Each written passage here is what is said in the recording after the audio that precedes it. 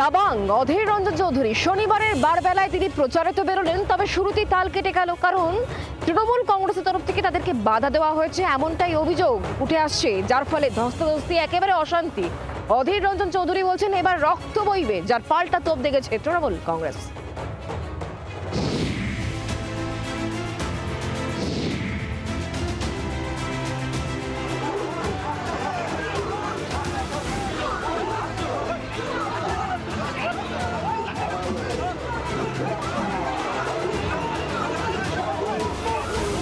বহরমপুরে ১৯ নম্বর ওয়ার্ডের সরু গলি শনির সকালে প্রচারে নেমেছিলেন কংগ্রেস প্রার্থী অধীর রঞ্জন চৌধুরী। হঠাৎই মুখোমুখি কংগ্রেস তৃণমূল।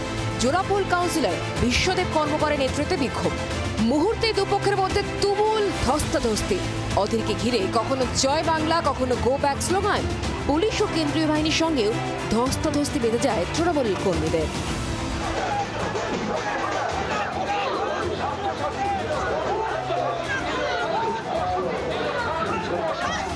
অধীরের সঙ্গে থাকা কেন্দ্রীয় বাহিনীর বিরুদ্ধে ভয় দেখানোর অভিযোগ তৃণমূলের। কংগ্রেসের প্রার্থী এই এলাকায় র্যালি করছিল, তো স্বাভাবিক নির্বাচনের সময় র্যালি সবাই করতে পারে।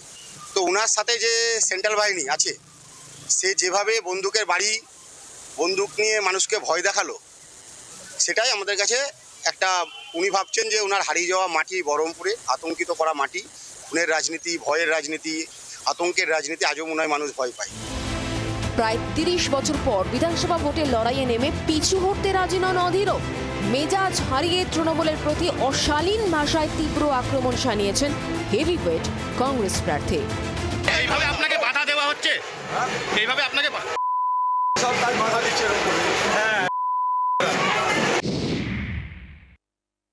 মানে তো ওরা আমার কাছে পরাজিত, আর এবার আবারও বলে দিচ্ছি পিছিয়ে যাবো এবার একদম। আর তৃণমূল যদি রক্তারক্তি চায় তো রক্তারক্তি হবে। তৃণমূল যদি মনে করে রক্তারক্তি করতে চায় তো রক্তারক্তি হবে এবার, হুঁশিয়ার করে দিলাম।